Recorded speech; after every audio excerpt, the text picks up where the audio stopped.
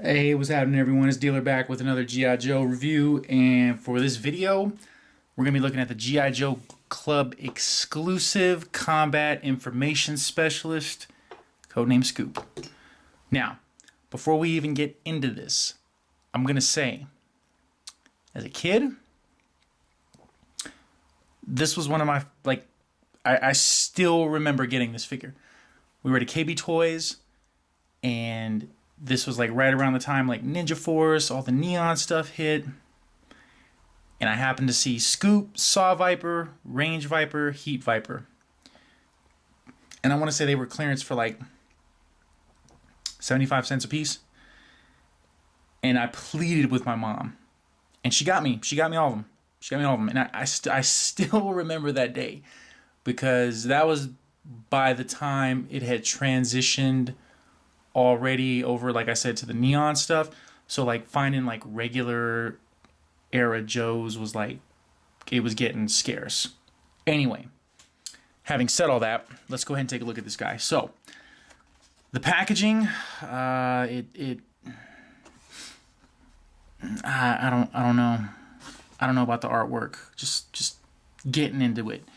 The figure, mine has some issues, and we'll talk about it. I can already see like paint bleed through on the head, etc. But that's what he looks like in packaging. Comes with a microphone, his state-of-the-art combat scoop camera, and a weapon he didn't have for the regular release. So, not sure and he comes with a stand. And not sure I'm understanding like the direction that the club's going with these, because I swear it's like they're trying to compensate or something, and I get it, like it's on its way out the door. But yeah, so there's the file card for those of you guys that want to get caught up with, you know, keep current with current events, the story, whatever. Not sure who's writing these, but I'll flip through this when I get some time. Anyway, as per the usual, y'all know how this goes. I've got Old Faithful here, so we're just gonna go in, and you know what? Like, I'm not even. I don't know. Just oof. As always, if you do choose to go this route with opening your figures, please ensure that your appendages are out of the line of sight of the blade, because it can get nasty.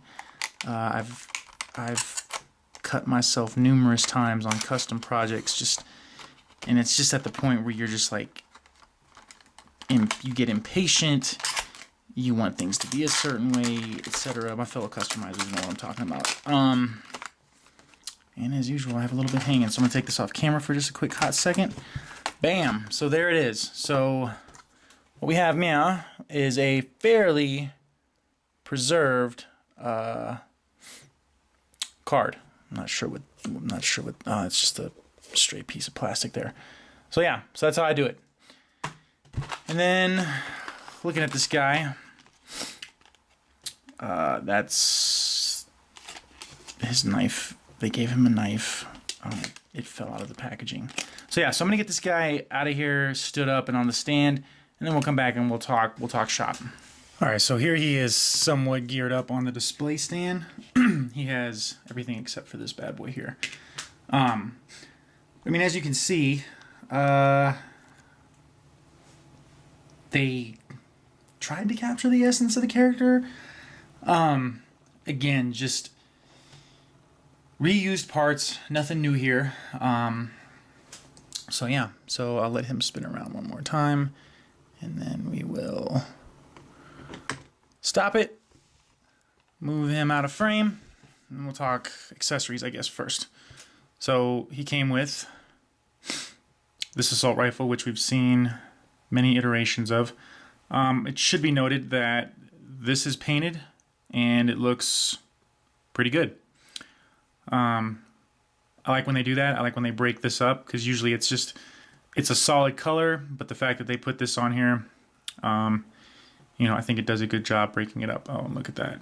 Someone dabbed their brush on the bottom there. Not a big deal, though, because, you know, it's like you're going to be splaying your gun like this, right? All right, so he comes with the camera, has the updated G.I. Joe logo. They put some paint on here to break up this single cast item here. Sorry. This does have a swivel on it. Not sure what purpose it serves because he's gripping it from here. But yeah, so that moves, and then that's on there stationary. So there's that.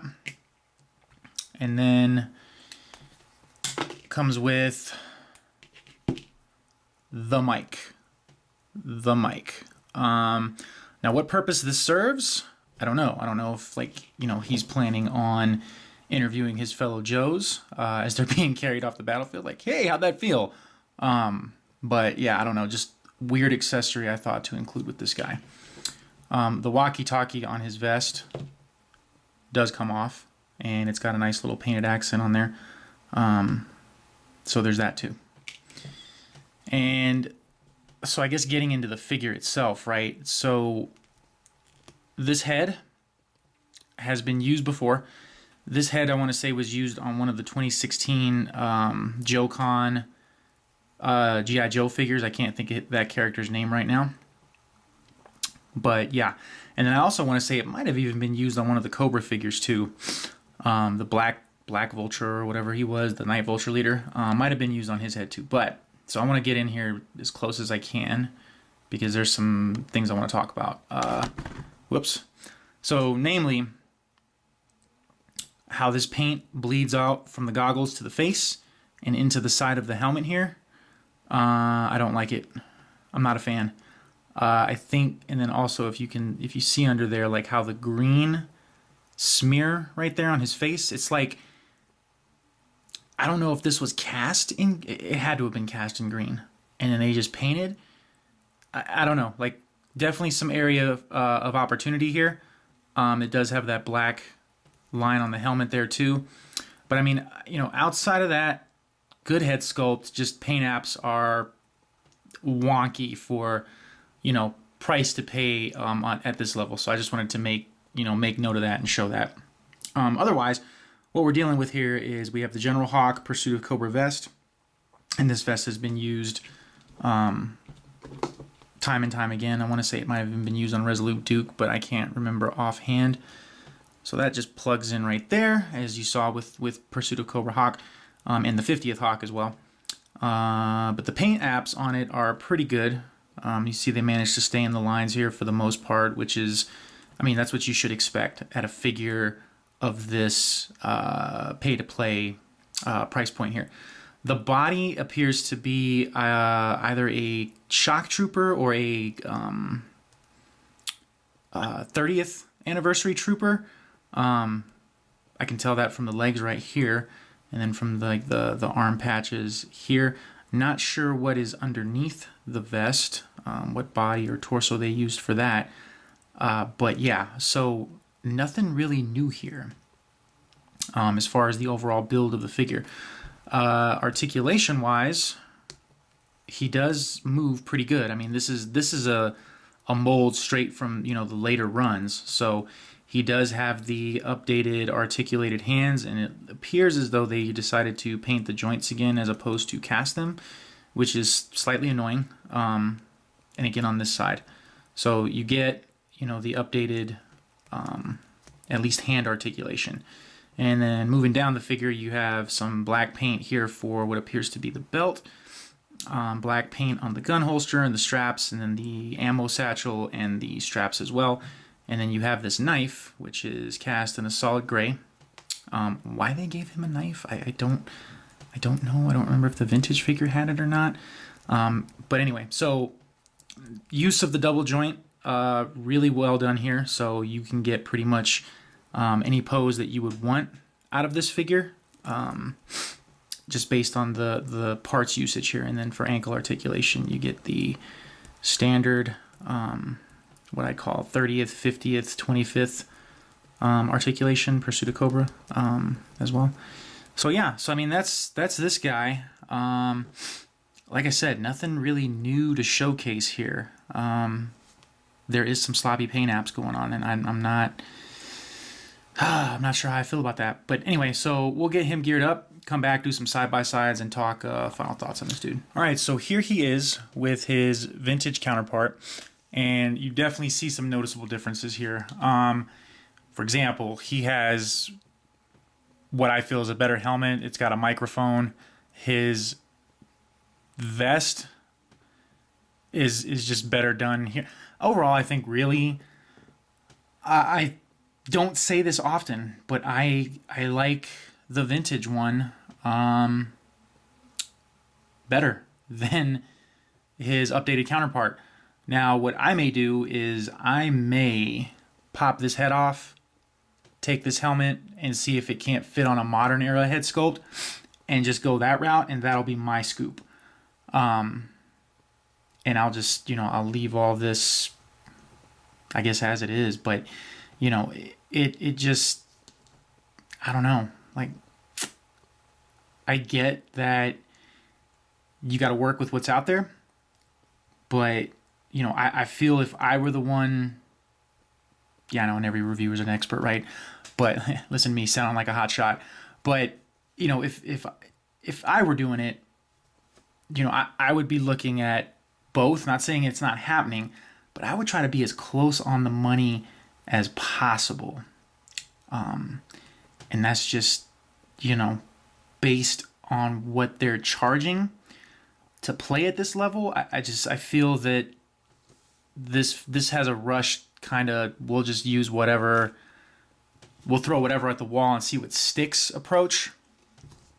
And like I said, I'm overall just more of a fan of the vintage one.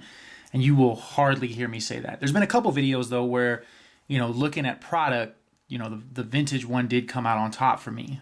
Heat Viper was another one, but it doesn't happen often because just what you get here as far as points of articulation versus what you get here, and I get it, different time zones, right? Different time eras, I should say. This was like 80s, 90s, and then this is like, hey, we finally figured out how to engineer stuff, and we figured out we can use extra disc hinges and blah, blah, blah. So, do I think that he is worth it?